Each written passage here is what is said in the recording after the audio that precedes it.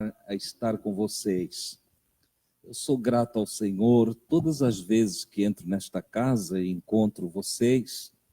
Fico feliz de poder servi-los com a palavra do Senhor e, ao mesmo tempo, fico feliz porque vejo que não estou só querendo Jesus, vivendo a proposta de Jesus. Deus seja louvado pela vida de todos vocês que aqui estão, e eu sou grato a Ele também por estar vivo ainda aqui na terra, vendo vocês aqui em carne, ainda que compreendo que a vida está no outro lado. Você compreende isso, não? Para mim, o viver aqui é um sonho. E o ir para o outro lado é acordar. A maioria que pensa que está vivendo esse sonho aqui, pensa que a vida é só esse pedacinho aqui. Isso aqui é o mínimo do mínimo, isso aqui é só o crivo. É a forma de Deus nos testar para ver quem é do bem e quem é do mal. Quem quer valorizar a vida, quer dias bons, dias que não terminam. E quem simplesmente não valoriza e vai tocando assim no embalo instintivo, né, como os animaizinhos, sem consciência no processo da existência. Então, o Senhor nos criva aqui dentro da nossa escolha, da nossa postura diante de tudo, de todos e do todo, né, que envolve até a presença de Deus. Que o Senhor nos ajude cada dia a compreender mais a grandeza da proposta divina e da própria vida que nos é proposta, porque Ele nos propõe vida. Esse é o grande prêmio, o grande galardão, o grande salário, o grande prêmio que cada um de nós receberá é a vida eterna, ou a vida perdurável, né? Então, que haja essa compreensão em nós.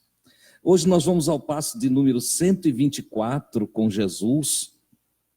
O mestre continua ensinando os seus discípulos na trajetória entre o cenáculo, onde ele estava, ele ceou a última Páscoa, e o Getsêmani, o jardim do Getsêmani. Então ele sai lá de madrugada, foi ensinou o que nós vimos ali da videira verdadeira, né? Ele continua os seus ensinos, ou os seus alertas, sua revelação para eles.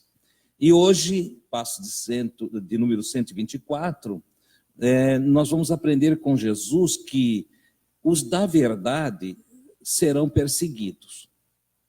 Quem ama a verdade, quem gosta da verdade, quem vive a realidade, né, aquele que não tem nenhuma máscara, não usa de hipocrisia, aquele que não usa de fingimento algum, né, não tem máscara, mas é o que é, entende? E aí vale até para os que andam correto e os que andam errado. Porque Deus gosta mais de alguém que, andando errado, assume que é errado, do que alguém que finge o que não é. Na Escritura nós vamos encontrar palavras como morno, que desagrada a Deus, né? Ou hipócritas, que são os que fingem, os que usam de um teatro para se apresentar diante das pessoas de uma maneira que elas não são, né? Então, diante do quadro da hipocrisia, diante do quadro do fingimento, da máscara, das mentiras que as pessoas socialmente apresentam umas às outras, quem é verdadeiro será perseguido. Esse é o ensino de Jesus nessa noite. Eu peço licença só um instantinho que já aqueceu aqui.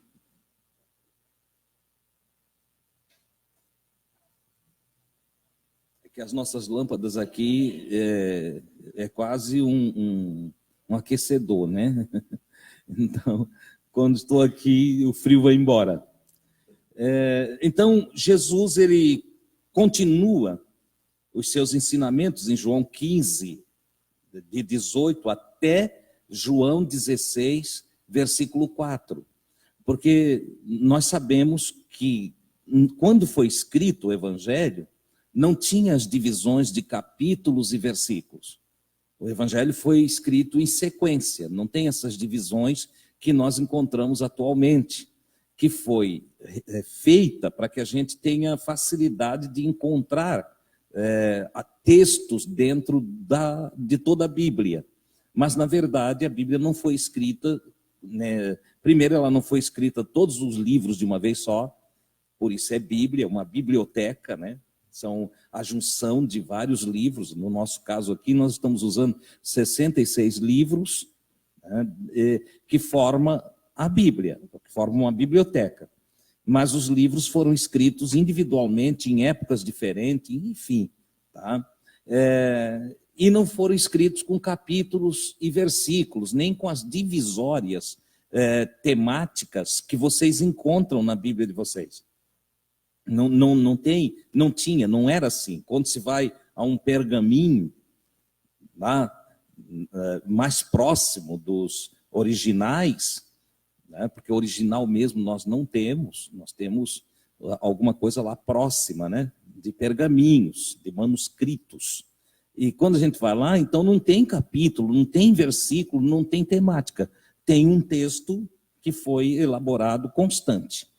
Então, o João aqui, nós estamos dividindo aí em passos por causa do tempo, certo? Mas, na verdade, o capítulo 14, 15, 16, 17 é um tratado só, é uma coisa só, né?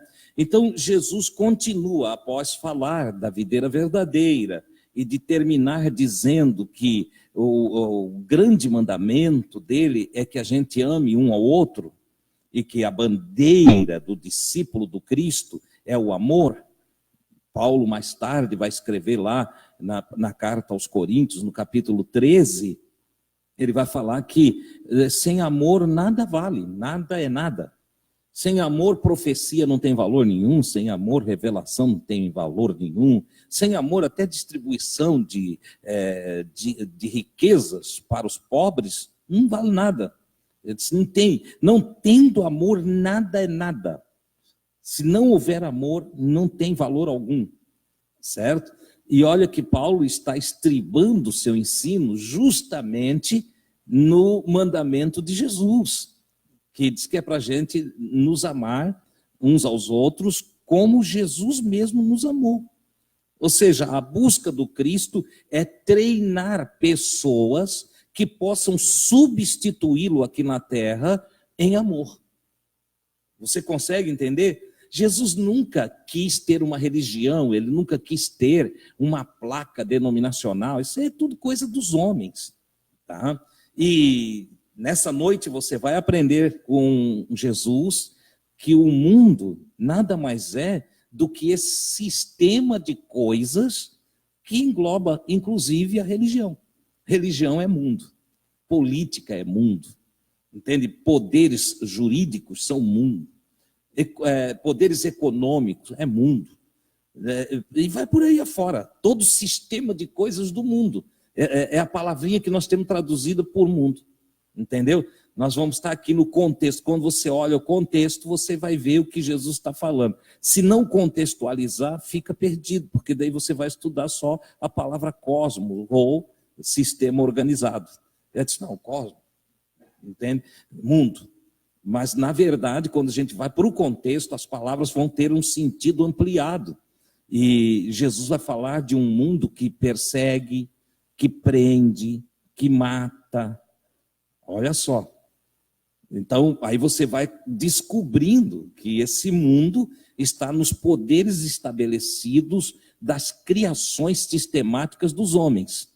Ou seja, religião, política, poder judiciário, os poderes econômicos do planeta, eles vão dominando. E como tem poder em suas mãos, eles perseguem, maltratam, ferem, entende? Em alguns casos matam. Então está aí.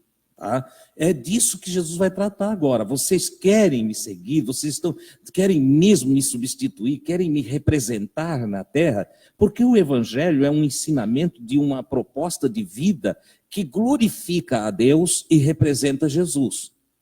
Certo? Então nós vamos ver nessa noite o que Jesus diz a respeito disso. Ele, a partir do versículo 18 do capítulo 15, ele diz: o sistema de coisas, você lê aí, mundo, né, odeia vocês. Melhor, como antes odiou a mim. Quando você vai ver o ódio contra Jesus, quem é que odiava Jesus? Quem é que perseguia Jesus? Quem é que fazia de tudo para acabar com Jesus? Quem que fazia? Onde é que estava? A perseguição contra Jesus nasceu aonde? Na rua? No templo? Na sinagoga? Quem perseguiu Jesus? Quem é que tinha ódio de Jesus?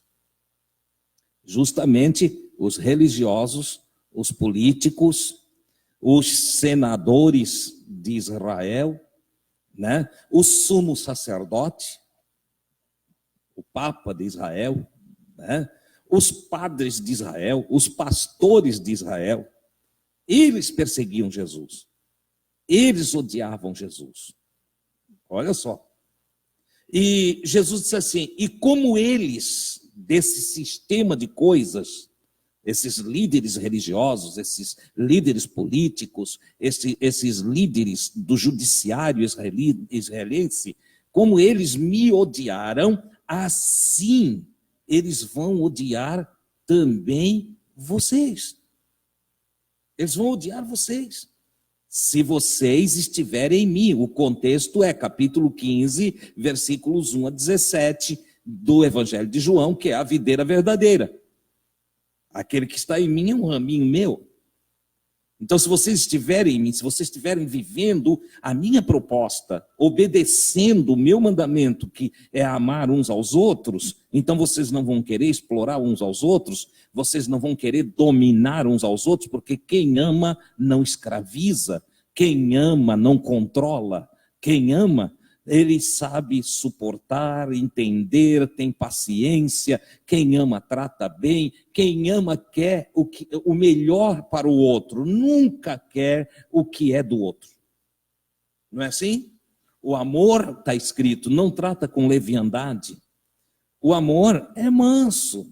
O amor é paciente, tudo suporta, tudo crê, tudo espera. Olha só, quando não há amor, há exigências. Há regras a ser seguida, há julgos para ser colocado nas pessoas. Sem amor é disciplina, corta, excomunga, põe para fora. Sem amor é assim. Com amor, não, espera, quem sabe daqui a pouco muda. Dá um tempinho a mais, vamos orar por ele, por ela. Vamos esperar que haja evolução. Não é assim? Então, isso é a vida em amor.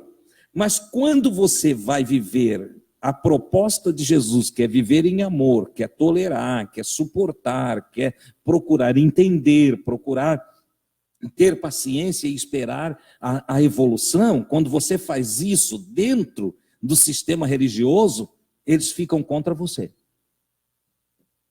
Eles ficam contra você. O que? Jesus perdoou a adúltera. Ele não presta.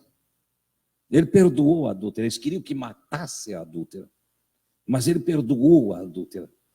Então ele é ruim, ele não presta para nós. Ele quebra as nossas tradições, ele quebra as nossas regras. Ele não segue a nossa doutrina, e não segue mesmo, porque a doutrina dos homens é ruim, a doutrina dos homens é pesada, a doutrina dos homens é odiosa, mas a doutrina de Deus é leve, a doutrina de Deus é paciente, a doutrina de Deus tira os fardos, a doutrina de Deus traz alívio para a alma, a doutrina de Deus nos faz descansar. Então Jesus está esclarecendo para eles: olha, vocês agora já sabem que são raminhos meus, Vocês já sabem qual é a Bíblia que vocês têm que seguir?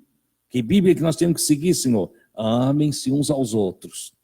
As tábuas do mandamento que eu dou para vocês, ela é todo amor. Todo amor, amem como eu amei. E agora eu quero prevenir vocês, eu quero preparar vocês. Os da verdade serão perseguidos. Porque o sistema de coisas do mundo vai odiar quem é da verdade. E ele continua: se vocês fossem do sistema, ele os amaria. Se vocês pertencerem a uma religião e seguir as regras daquela religião, todos aqueles religiosos vão amar vocês. Se vocês se unirem a um partido político e vocês seguirem as regras daquele partido, você pode andar todo errado, mas eles vão amar você.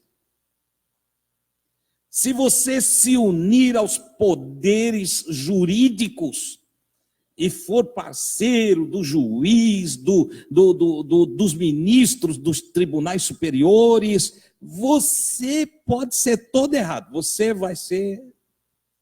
vão dar um jeitinho daqui e dali, entendeu? Para ajudar você. Agora, se você não pertence a eles, se você não faz parte das propostas deles, se você não se lambuza com as corrupções deles, com as maldades deles, com as ideologias deles, se você não faz parte desse sistema de coisas que você ali lê, mundo, se você não faz parte disso, então eles não vão amar vocês, porque vocês não pertencem a ele. Como vocês não pertencem ao mundo, o mundo odeia vocês. Olha só. Vocês não são mais do mundo, vocês não fazem mais as coisas, olha aí, cuidado, como todo mundo. Vocês não fazem mais como todo mundo, vocês agora fazem as coisas de outra forma. Vocês têm alguém para ser imitado, vocês seguem um mestre, vocês têm um guia na vida, o seu nome é Jesus o Cristo. Aleluia! Vocês têm um governante, um rei, um presidente, e ele é o Cristo de Deus, o enviado de Deus para vos ensinar o caminho. Olha que coisa tremenda, por isso o mundo odeia vocês. Quando eu chamei vocês para serem meus discípulos, eu tirei vocês do sistema. Olha isso aí. Quando eu chamei vocês para serem meus discípulos, para vir aprender da palavra de Deus, eu tirei vocês do sistema. Acabei com o sistema na vida de vocês. Acabei com as disciplinas, acabei com os fardos pesados do legalismo, com o autoritarismo dos governantes da igreja. Eu libertei vocês. Eu libertei vocês e libertei vocês com a verdade. É isso que Jesus está falando. Você está entendendo? Você pode dizer assim, muxa, mas está ficando paralelo. O irmão Adilson também fez isso. Mas é claro, eu estou imitando o mestre. Então tudo que ele fez eu estou fazendo. E tudo que ele está dizendo aos seus discípulos está dizendo para nós, porque somos seus discípulos. Olha só. Então, vocês estão libertos, vocês foram chamados para fora do sistema, e agora vocês estão aprendendo como viver olhando para Jesus, o autor e consumador da nossa fé. Esse é o segredo. Então ele continua, nunca se esqueçam do que eu vos falei. Falou quando? Nós estudamos João capítulo 13, versículo 16. Nunca se esqueçam do que eu vos falei. O que ele falou? Nenhum servo é maior do que o seu Senhor. Portanto, se me odiaram, também odiarão vocês. A palavra odiar aqui, ela tem uma conotação diferente quando se olha o original. O ódio aqui, ele não é um manifesto de violência aparente, mas é uma repugnação interna. Eles odeiam por dentro, eles ficam ruins com a gente. Esse sujeito está atrapalhando a minha vida. Esse sujeito está dizendo que dízimo não é obrigatório. Ele quer acabar com o nosso lucro. Você entendeu? Esse sujeito diz que as pessoas fazem se quiserem fazer. Ele não prega como nós, que tem que fazer, senão o devorador te pega. Ele não prega assim, ele diz, façam se tiver no coração de vocês fazer, porque o que vale diante do Criador é a intenção. Se estão dando simplesmente por medo do devorador, então não deem, porque não vai ter valor nenhum para o Criador.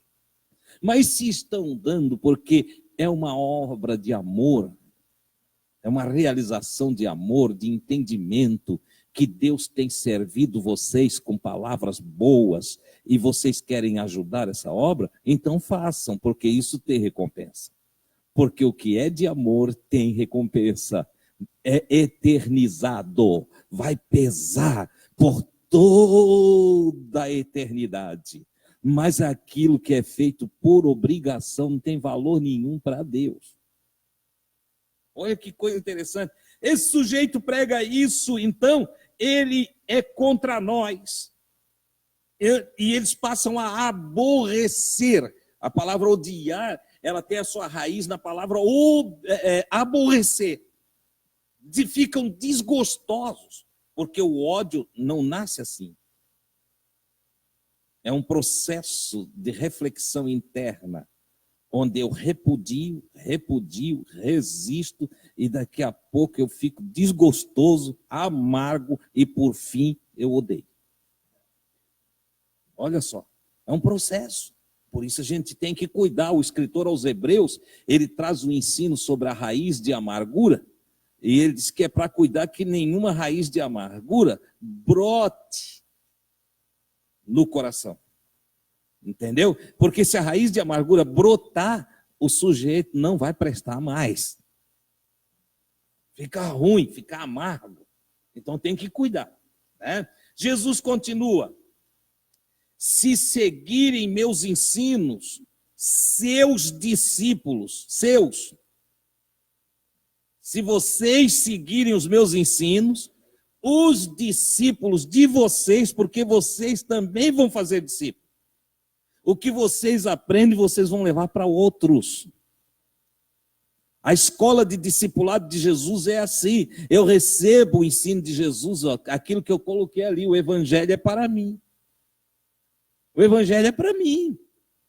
E eu, quando recebo o evangelho em mim, eu me realizo, saboreio o evangelho, eu não consigo ficar quieto. O que eu começo? Eu falo para um aqui, para outro ali, e daqui a pouco eu estou fazendo discípulo. Eu estou fazendo um discípulo. O que é fazer um discípulo? É transportar aquilo que eu experimento em mim para o outro. É provocar sede no outro, é mostrar para o outro, não mostrar numa amostragem, não, mas é deixar transparecer para o outro aquilo que de bom eu carrego em mim. O evangelho é a melhor coisa que eu tenho. O evangelho vale para mim mais do que dinheiro, mais do que carro, mais do que casa, mais do que tudo. Por isso que eu distribuo o evangelho. Então, se vocês me ouvir, vocês vão fazer discípulos também. E o discípulo de vocês vai ouvir vocês. Se vocês receberem os meus ensinos, vocês vão passar esses ensinos, e quem ouvir vai receber esses ensinos e passar também. É o que Jesus está dizendo. O mestre está revelando aqui que as leis metafísicas, entenda isso, metafísica, as leis não materiais, as leis espirituais. Metafísico, está fora do físico. Entendeu? As leis metafísicas universais do reflexo. Vê se você entende. Aqui, toda ação minha vai refletir. E o mestre então está ensinando que as ações, as leis metafísicas dos reflexos, do karma e da ação e reação estão inseridas nesse versículo que acabamos de ler. Se eu aprendo com Jesus, eu ensino de Jesus. Quem aprende comigo o ensino de Jesus, vai ensinar de Jesus. É impossível guardar Jesus só em nós. Você consegue entender isso? O Espírito do Cristo, o Espírito da verdade, é maior do que nós. Não dá para segurar ele. Não dá. Tentaram prender ele numa sepultura, botaram uma pedra, mas não deu. No terceiro dia saiu pedra, saiu tudo. E ele saiu lá de dentro e habita em cada um de nós. Ele é muito grande. Louvado seja o nome do Senhor. O Senhor é além da nossa capacidade de suportar. Logo, quem recebe Cristo, transmite Cristo. Quem tem Jesus, transmite Jesus. Não dá para guardar Jesus só em nós. Se você vê um irmãozinho, às vezes muito simplesinho e tal, mas ele está ali e diz, olha, não, eu tenho Jesus aqui, só está aqui, ó. Eu não consigo falar, tem problema aí. Porque Jesus é grandioso demais. Não dá para segurar só em mim. O que há, às vezes, é uma incompreensão da sua presença. Você entende? Se não houver a compreensão real, então ele fica ali, entende? Estagnadinho ali, até que haja expansão da consciência. Uma vez expandida a consciência, a lei metafísica do reflexo, do karma, da ação e reação vai acontecer. Você recebe Cristo e explode. Oh, glória a Deus! Você recebe uma fagulhinha da luz divina e você vira um farol. Você bebe um golinho do Evangelho e esse golinho se faz em você uma fonte que salta para a vida eterna. Oh, glória a Deus! É grande, é uma coisa maravilhosa, é extraordinário. Então, beba dessa água, receba esse evangelho e expanda a sua consciência para andar em Cristo. Louvado seja o nome do Senhor. Ninguém que é aceito pelo sistema mundo pode dizer que é cristão. Ô, irmão, mas para aí. Não.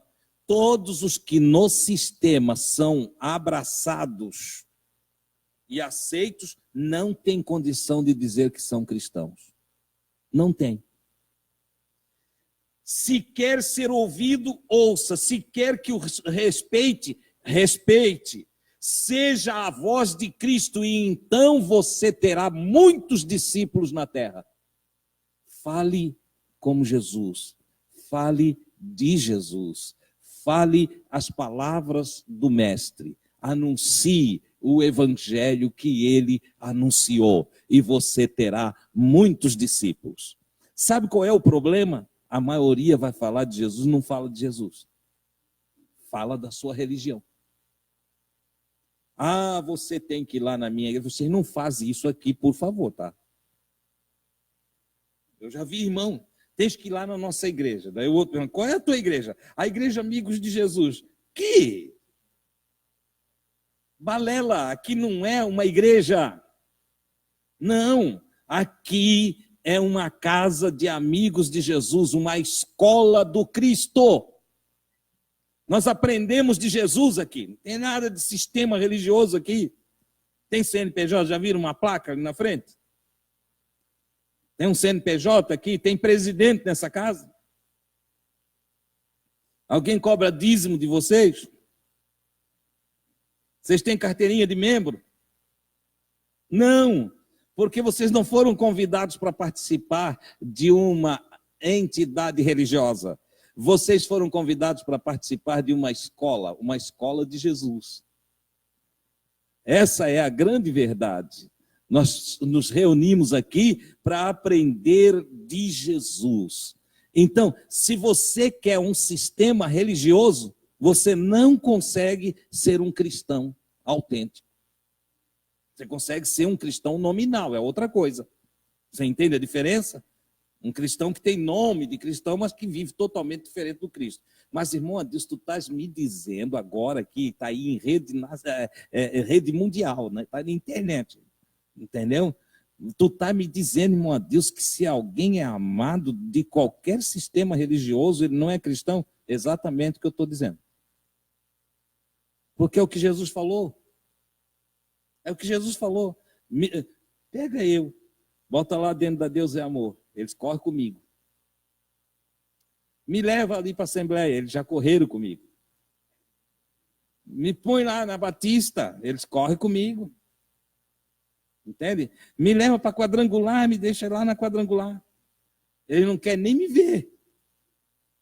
E aí você, mas por quê? Eu sou tão ruim assim? Eu falo besteira? Quem é da verdade é odiado pelo sistema de coisas deste mundo. Se alguém está amado pelo sistema de coisas deste mundo, ele não é da verdade. Ah, irmão Adilson, mas eu conheço gente boa. Eu também. Eu conheço gente boa que não sai de lá por causa do salário. Eu conheço gente boa que não sai de lá porque não sabe para onde ir. Eu conheço gente boa que não sai de lá por causa da fama. Eu conheço gente boa que não sai de lá, que fala mal de lá. Gente que eu já atendi aqui nessa casa. Vim aqui às 3 horas da tarde, me assentei aqui para ajudar pastores de lá, do sistema de coisas deste mundo. Dizem, aquilo está insuportável, mas eu não sei o que eu vou fazer da vida. Eu ganho de lá, no que eu vou trabalhar? Eles se preocupam com a própria vida e então adotam o engano. Entendeu? São como os judeus que creram em Jesus, mas não declaravam que acreditavam nele, porque amaram mais a glória dos homens, a fama dos homens, a doxia dos homens, do que a glória de Deus. Aqui está a realidade. Não, irmão Adilson, alguns disseram, você está certo, tudo que você está falando eu concordo, está certo, mas como é que nós vamos falar isso para o povo?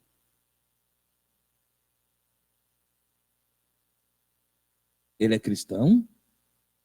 Diz para mim, é cristão?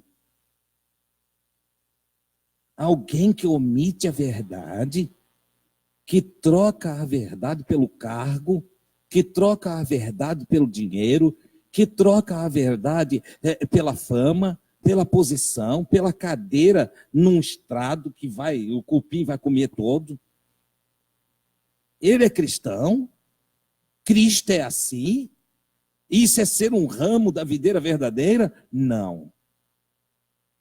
Não. Eu estou falando essas coisas para vocês. Eu converso com padres, eu converso com pai de santo, eu converso com médium, converso com pastores de várias denominações, tenho relacionamento e amizade com gente de todas as entidades religiosas da nossa cidade e de outras, entendeu? E todos eles, quando nos assentamos para tratar do Cristo e da palavra da verdade, todos falam a mesma coisa. A minha vida toda fui padre, o que eu vou fazer agora, Deus?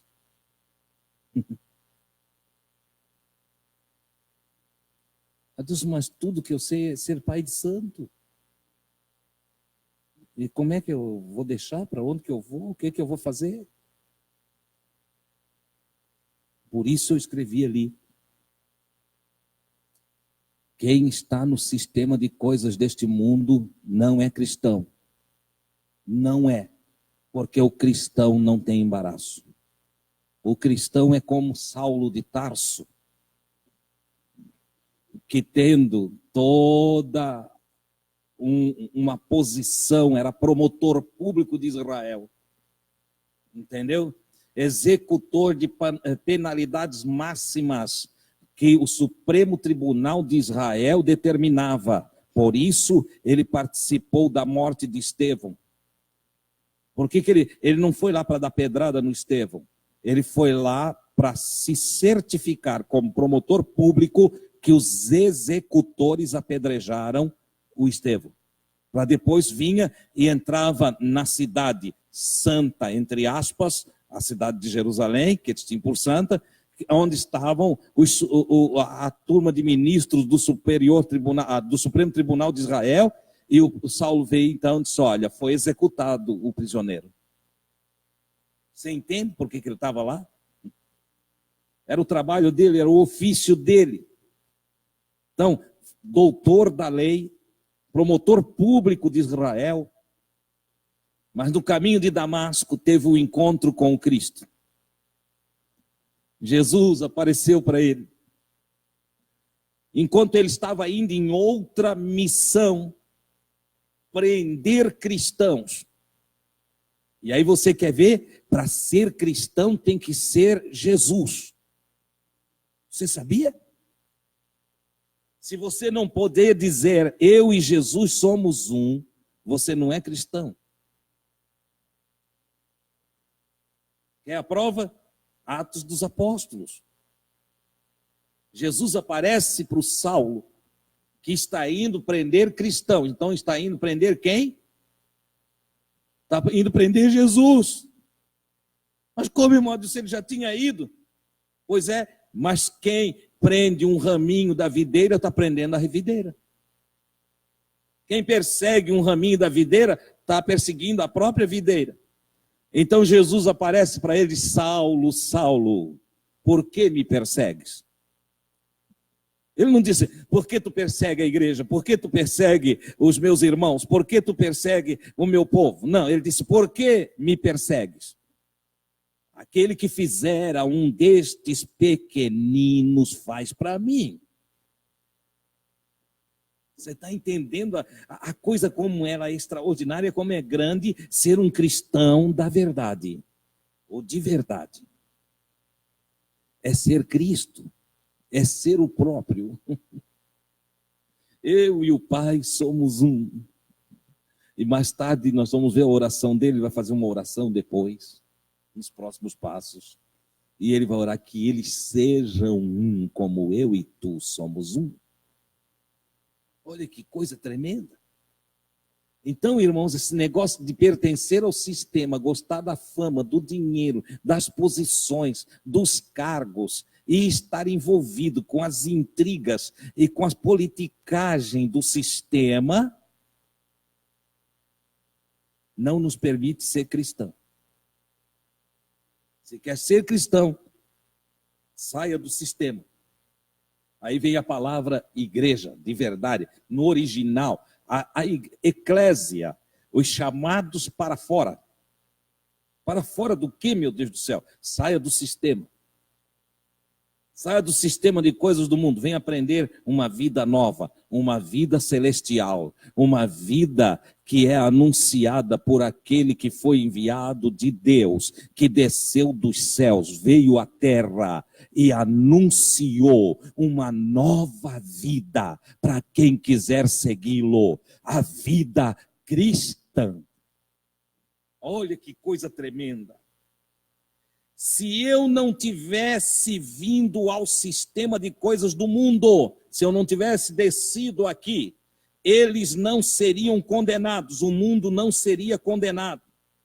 Mas agora que eu vim e falei a verdade, Jesus não omitiu a verdade, ele falou a verdade. Mostrei como devem agir na vida. Todos eles não têm mais desculpa para seus erros. Eu vim, ensinei a verdade, mostrei o caminho, falei do Pai, anunciei o Criador, mostrei como se faz para ter relacionamento com o Criador.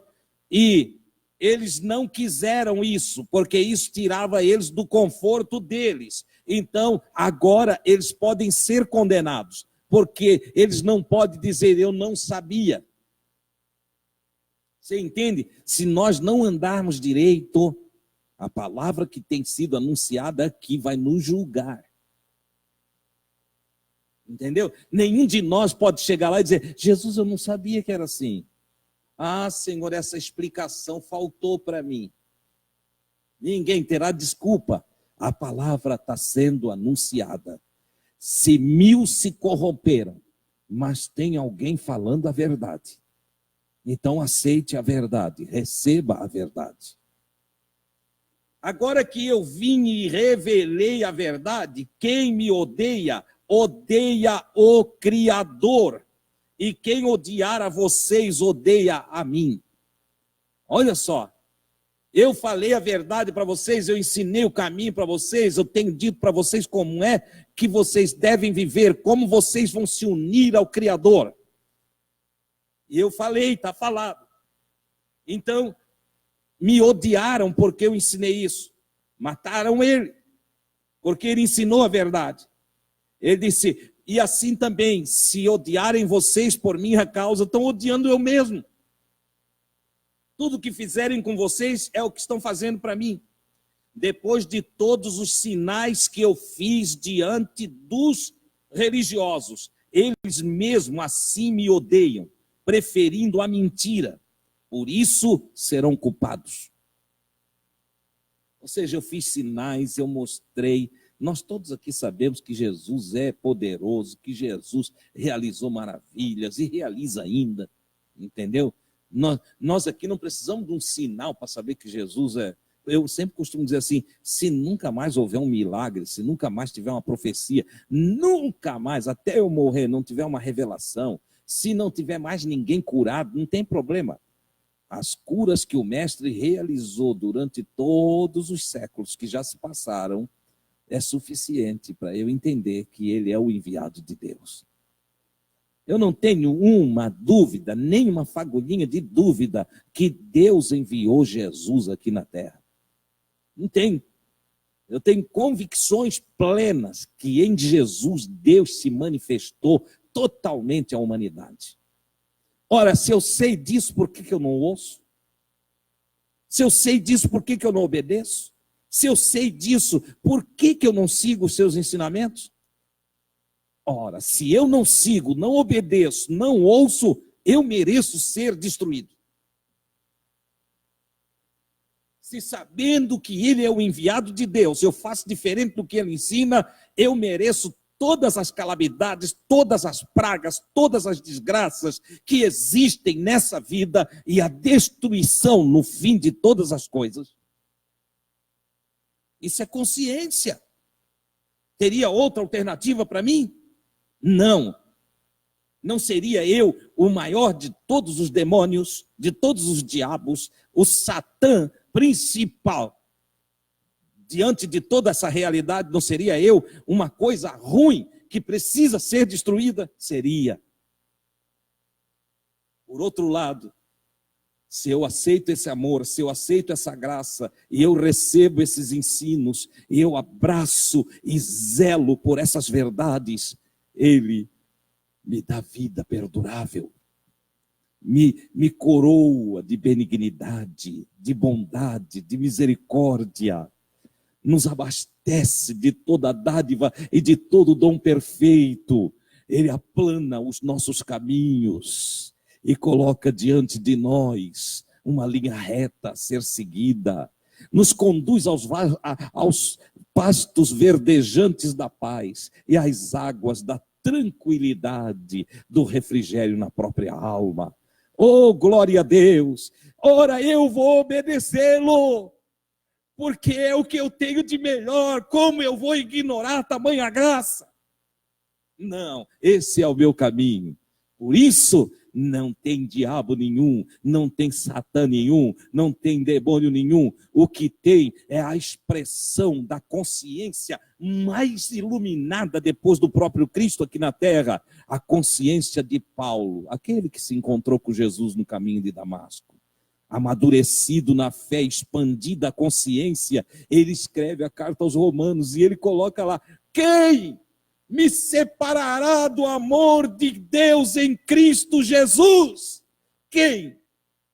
O presente, o porvir, a fartura, a escassez, a profundidade, a altura, a largura. O quê? O que vai me separar do amor de Deus que há em Cristo Jesus? Alguma criatura encoberta, um ser do outro planeta, um marciano?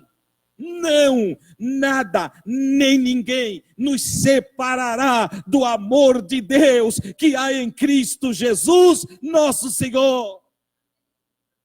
Nada pode nos arrebatar de suas mãos quando nós aceitamos a sua instrução, o seu ensinamento. Que coisa maravilhosa. Eles preferiram a mentira. Ele está falando dos religiosos de Israel. Eles preferiram a mentira, exatamente como está nas escrituras deles. No Antigo Testamento, odiaram-me sem causa. Como já estava escrito, eles fizeram.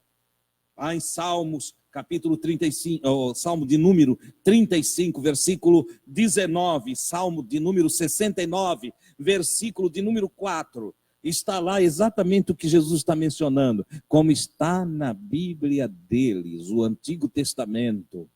Odiaram-me sem causa. Por que sem causa? Porque não tinha motivo para odiar Jesus. Só fez o bem, só fez o que era bom. Não havia motivo algum para odiá-lo. E se, segundo a tradição judaica, um dos maiores pecados era odiar alguém sem causa, sem razão. E tem gente que faz isso, né? Não posso ver aquela mulher lá não. Mas o que ela te fez? Nada. E por que tu não pode ver? Está odiando sem causa. Aquele sujeito lá, não vou com a cara dele. Mas tu já conversou com ele algum dia? Não, nunca conversei com ele. Nem quero. Porque já está odiando. E odeia sem causa. É um dos maiores pecados que se pode cometer. Odiar sem causa. Pré-julgar. Odiaram Jesus sem causa. Só porque ele era do bem. E eles do sistema de coisas do mundo. Temiam perder suas posições, temiam perder seus membros, temiam perder sua fama, temiam perder, não tinham a humildade de dizer: poxa, ele está ensinando algo que eu não sabia. Ele está mostrando algo que eu não enxergava.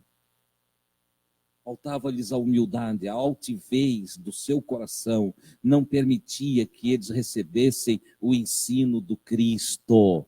Egocentristas não podiam se inclinar, se encurvar diante do ensino do Cristo. A sabedoria, o Espírito Consolador, que vocês encarnarão. Explicação aqui, ele está voltando a repetir o que falou antes da parábola da videira, que ele ia rogar ao Pai, que vinha o Consolador, ele precisava ir para o Consolador descer. Agora ele está dizendo: a sabedoria, o Espírito Consolador, que vocês encarnarão. Eu usei a palavra encarnarão, porque o Espírito está procurando um corpo para vir morar nele. Ele vai subir, deixar a sua carne e vai se manifestar em Espírito. E esse Espírito procura corações na carne para se manifestar. Ele quer vir morar nos nossos corações. O Espírito está procurando lugar em nós. Ele disse: o Espírito que é o Espírito da verdade, que vem do Criador.